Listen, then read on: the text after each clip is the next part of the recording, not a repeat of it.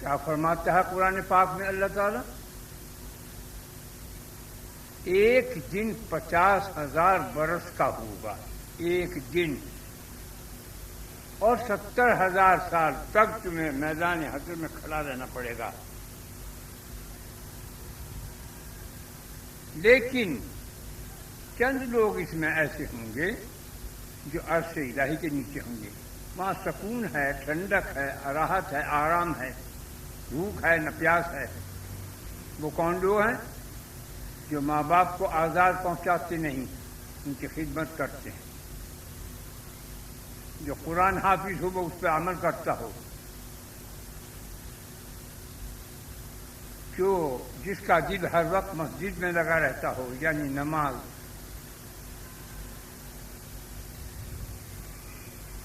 جو بادشاہ عادل ہو، انصاف کرنے والا ہو، وہ شخص جسے حسین ناظرین کوئی عورت امیر زادی، خوبصورت حسین عورت امیر زادی اس کو بلائے وہ کہتے نہیں میں اس سے ڈرتا ہوں اپنے رب سے، ان کے لیے عرش کا سایہ ہوگا۔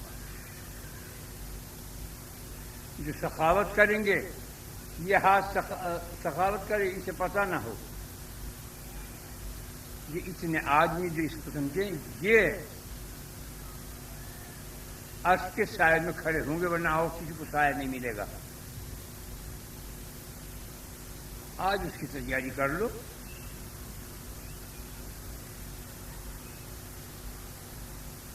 مرنا سب کو ہے، اور تم جتنے پارٹی کے بیٹھے ہو، تم 100 تک پہنچنے کا سوال ہی پیدا نہیں ہوتا۔ 83 برس کا میں ہوں، کل کو چلا جاؤں، پرسوں کو چلا جاؤں، جب جیتے 1 منٹ میں بلاوا جائے اپنی جا لوں۔ 100 سال کا نہیں ہوتا۔ جیا ہے تو وہ جب تک جیا ہے اس کی مرضی کی بات ہو، لیکن اپنے آثار، اپنے اطوار، اپنے حالات سے، اپنے اوقات سے، اپنی طاقت سے یہ محسوس کرتا ہوں کہ بس چراغ شہر میں بجھا چاہتا ہوں، ایک زور کی ہوا چلے گی تو چلا جائے گا، اڑ جائے گا پتنگا۔ تو اسی لیے کہتا ہوں کہ یہ تم تھوڑی سب کو عرش کا سایہ چاہیے۔ اپنے ماں باپ کی تابعداری کرو، اف بھی نہ کرو۔ جو ماں باپ کو عذاب پہنچاتا ہے اس کو اللہ تعالیٰ کیا فرماتا ہے؟ مجھے دنیا میں بھی عذاب دیں گے اور آخرت میں بھی، دونوں میں۔ آج اپنے آپ کو اس گھڑی کے لیے تیار کرو۔ دنیا قلیل کہا ہے، آخرت طویل کہا ہے، جنت ہمیشہ کہا ہے۔ جتنے دن تمہاری روحیں پیدا ہوئی، جتنے دن تم ماں کے پیٹ میں رہے، جتنے دن ماں کے پیٹ سے باہر آ کے زندہ رہے، جتنے دن تم جا کے برزخ میں آخرت میں رہو گے، ان سب کو ملا کر تعداد کو اتنے دن جنت میں رہو گے، پھر جنت دوزخ بھی ختم، پھر ہو حق، نہ کنز تھا نہ خزانہ تھا، پھر کنز ہو جاؤں، حق ختم، ملیا میٹ، کچھ نہیں، ہو حق۔ اس وقت کہے گا ہے کوئی آج آنے والا؟ بڑے ہی چلاتے تھے کوئی۔ ارے ہمیں جب پیدا کیا تھا تم کتنے بیٹھے ہوئے ہو، اس بات کو سوچو۔ تمہیں خبر تھی کہ ہماری تقدیر میں کیا کیا لکھا ہوا ہے؟ ایک بول دو کوئی۔ نبیوں کو بھی پتہ نہیں تھا، ولیوں کو بھی پتہ نہیں تھا۔ ہاں، پیدا کرنے کے بعد میں انبیاء کو زیادہ، اولیاء کو کچھ حالات سے آگاہی دیتا ہے کہ تمہارے لیے یہ ہے، تمہارے لیے یہ ہے۔ لیکن پیدا ہونے سے پہلے کسی کو کچھ پتہ نہیں، ماں کے پیٹ سے جب پیدا ہوتا تھا انگوٹھا ہی چوستا پیدا ہو بس۔ تو جس خدا نے اپنی یہ بات سب کچھ لکھی ہے اور اسی کے سامنے تم ہو کے اکڑنے لگو، تم کسی آدمی کو 1 لاکھ روپیہ دے دو، یہ بھائی 1 لاکھ روپیہ چاہیے رہیں گے، اور وہ تمہاری سامنے وہ گندے کام کرنے لگے، یہ تمہیں برا کہنے لگے، تو تم کیا کہو گے؟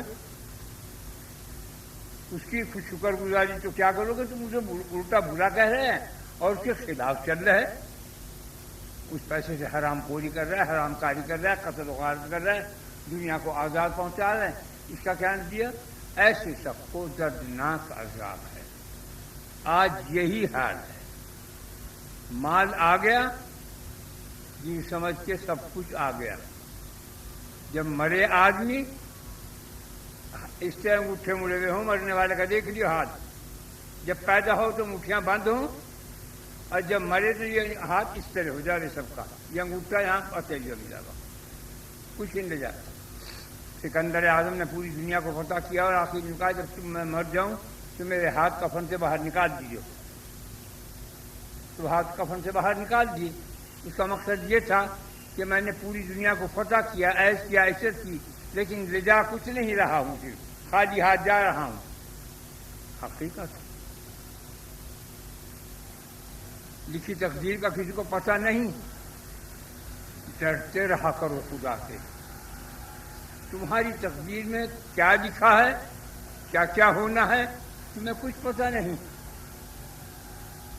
جب ہمیں کچھ پتہ نہیں تو پھر ہم کیا کریں؟ تو ہم ڈریں اپنے رب سے اور کریں عمل اچھے، وہ عمل کریں کہ جس سے ہم اس عذاب سے بچ سکیں جو آنے والے عذاب ہے، جو آنے والی بلائیں ہیں، جو آنے والے حادثات ہیں، واقعات ہیں، سانحات ہیں، سب سے تم محفوظ ہو۔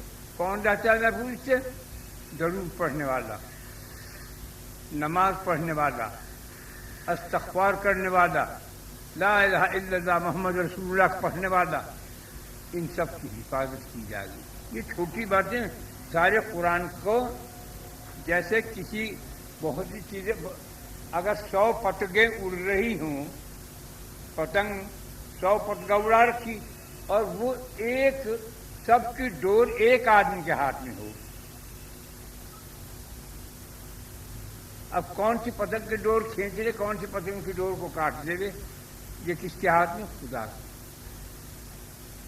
یہی حال ہے ہمارا، ہماری ڈور خدا کے ہاتھ میں ہے، تم جیسا کرو گے ویسا بھرو گے۔ اگر کوئی زہر کھائے تو مرے گا ہی، لہسن پیاز کھائے گا تو بدبو ہی منہ سے آئے گی۔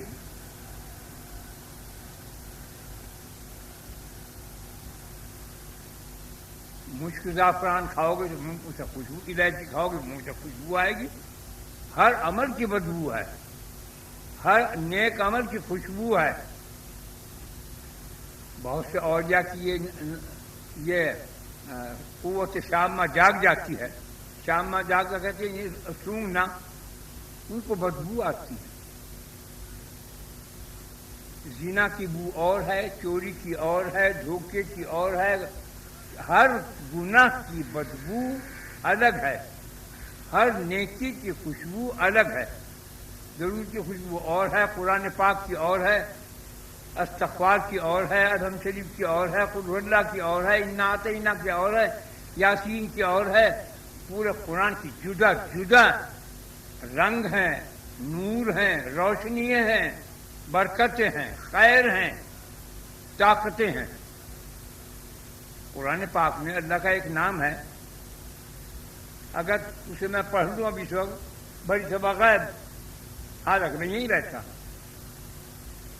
اللہ کا ایک نام ایک ایسا ہے قرآن پاک میں کہ جب اس کا آدمی اسے پڑھ لے تو وہ ہوا میں تیرنے لگتا ہے۔ اللہ کا نور، اللہ کا نام ایک ایسا ہے، اگر تم اسے پڑھ لو تو زمین میں دیکھو تو ساتوں زمین کے طبق دکھائی دیں، اور آسمان کو دیکھو تو آسمان کے ساتوں طبق آج تک دکھائی دے۔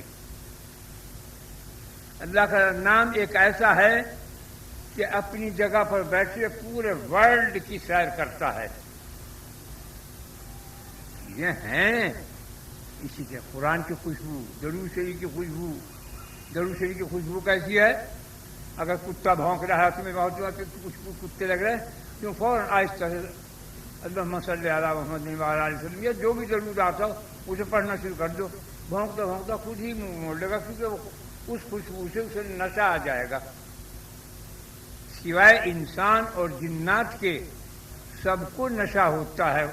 درود کی خوشبو ایسی ہے سب کو نشہ ہو جاتا ہے، لیکن آدمی کو اور جنات کو نہیں دی کہ اگر یہ خوشبو محسوس ہو گئی تو یہ تو کاروبار سارا ٹھپ ہو لگا دنیا کا، سب ٹھپ، سب مدہوش جیسے شراب کے نشے میں. ایسی خوشبو ہے. تو کتا اگر بھونک رہا ہو تو اسے کچھ کہو نا، درود شریف پڑھنا شروع کر دے، وہ بھونک بھونک بھونک کر کے منہ پر منہ کے آپ ہی جا دے گا. تو بھائی مرنا سب کو ہے. میں جو کچھ تمہیں باتیں نصیحت کی کہتا ہوں وہ تم یاد رکھو، وہ تمہارے کام آئیں گی.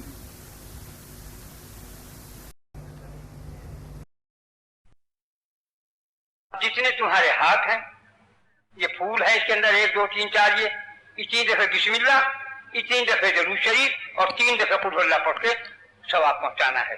ہدیہ نذرانہ. بسم اللہ الرحمن الرحیم.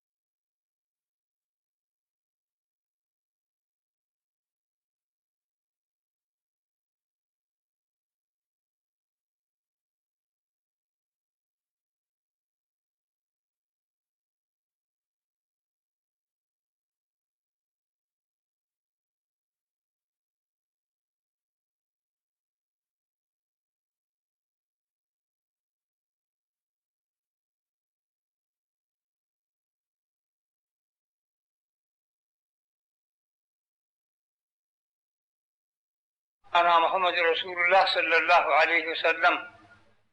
اے اللہ ہم سب نے جو کچھ پڑھا ہے پڑھنے کا ثواب ہدیہ نذرانہ جناب رسول اللہ صلی اللہ علیہ وسلم کے روح مبارک کو پہنچ جائے. ان کے صدقے سے فضل سے ہمارے صغیرہ کبیرہ جان بوجھ بھول چوک گناہوں کو معاف فرما دے. اے اللہ ہمارے دین میں، ایمان میں، اسلام میں، صحت میں، زندگی میں، رزق میں برکت عظیم عطا فرما. اے اللہ اپنے محمد صلی اللہ علیہ وسلم کی پوری امت دنیا میں جو ہے ان کی حفاظت فرما. اے اللہ ہمارے پاکستان کو دشمنوں کی نظروں سے محفوظ فرما دے. اے اللہ ہمارا تیرے سوا کوئی وارث ہے نہ والی ہے، تیرے یار ہے، تو ہی مددگار ہے. تو اپنی امان اور اپنی حفاظت میں ہم سب مسلمانوں کو لے جہاں سے جہاں تک بھی ہیں. اے اللہ پر اپنا کرم اور فضل فرما دے اپنے محمد صلی اللہ علیہ وسلم کے صدقہ طفیل میں.